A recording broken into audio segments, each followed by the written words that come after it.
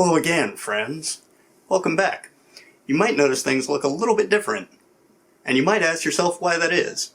Well, that's because my phone decided to stop shooting video and audio in sync together. So now we have a nice dedicated body for that. So going forward, these types of videos where we're just kind of sitting around talking might look a little bit different in terms of color saturation and quality. But that's not important. What is important is why we're here today and why I look like a tweed gangster. Well, as you may have surmised by the title, we're going to be dyeing some wheels. And why am I really kind of laying it on thick? Well, let me let you in on a bit of a secret here. The process of dyeing wheels and the physical process of dyeing wheels is boring as hell. So I'm going to try and jazz things up a little bit to make it interesting, but at the end of the day, you will have a useful skill if you want to customize your own wheels.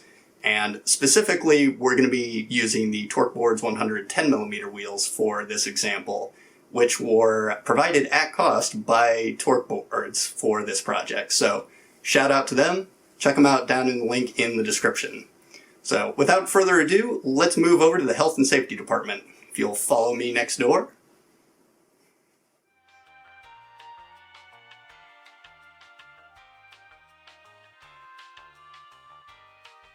Okay, so to start off, you're going to need a few things.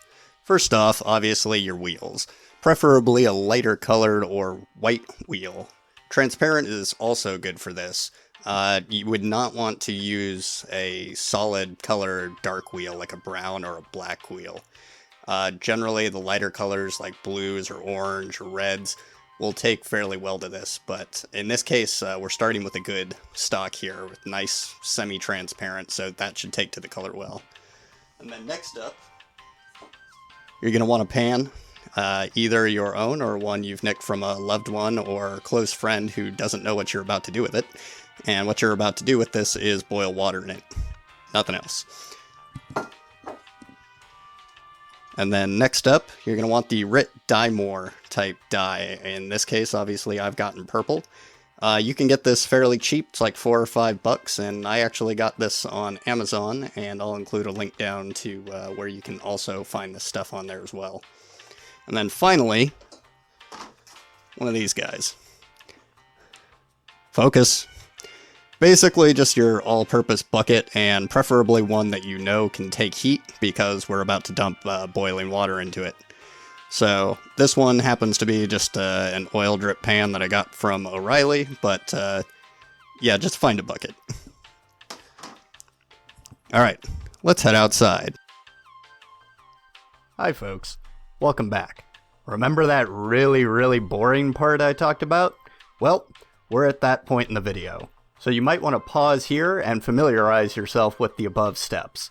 I've outlined pretty much everything that you need here to successfully pull off a dye job, so just kind of take a moment to acquaint yourself with the steps above. Also, something that I forgot to mention in the what gear you'll need section before this. So there is a problem with if you don't have something to raise the wheels up off of the bottom, it can potentially just leave the back ends of the wheels discolored. I got around this by putting pennies in the corners of each wheel, or whatever, just some loose change. But ideally, if you had like a little grid or just something that has a minimal amount of surface area but will allow you to raise the wheels up off of the bottom of the bucket, that would be ideal. So do keep that in mind when you dye your own.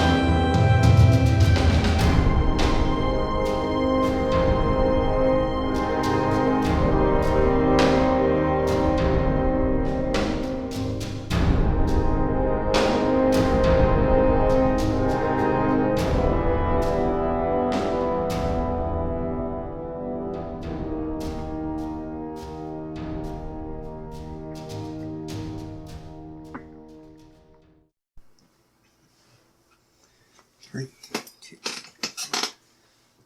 Alright, we're back. So after all that, what did we wind up with? Well, let's take a look. Ta-da! Pretty nice, isn't it? So I see we get a nice close-up there. So, for all of our effort here, we actually haven't wound up with an entirely purple wheel. This is actually, interestingly enough, tanzanite. Let's see, can we get tanzanite up on the big screen here? Maybe. We'll see if that worked. But yeah, a real interesting effect. My initial prediction was that these were going to turn almost black. So this is actually kind of an in-between result. I was hoping for a bit more purple.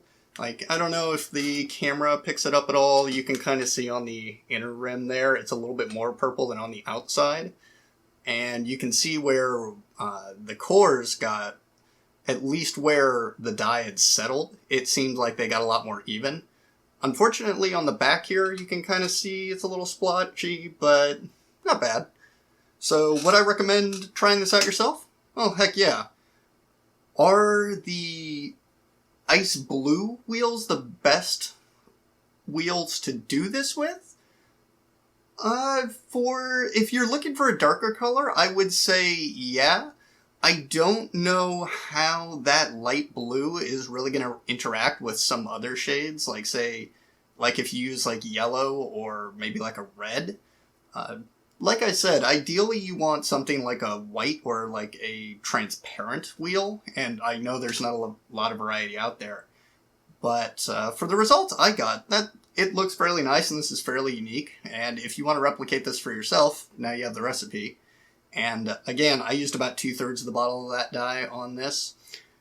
But you could try using a little less. You could try using a little more. Honestly, I think if you use the whole bottle in this, it would probably tend to go a little bit darker. So keep that in mind. So I'll provide a link down in the description there if you want to get your own set of 110s. And they come in the lovely Arctic Blue and the solid black as well. And stay tuned because we're going to be doing a head-to-head review of the 110s versus another popular 120mm wheel. So that's coming up soon here, so keep in touch, and until next time, ride safe, and don't forget to like and subscribe.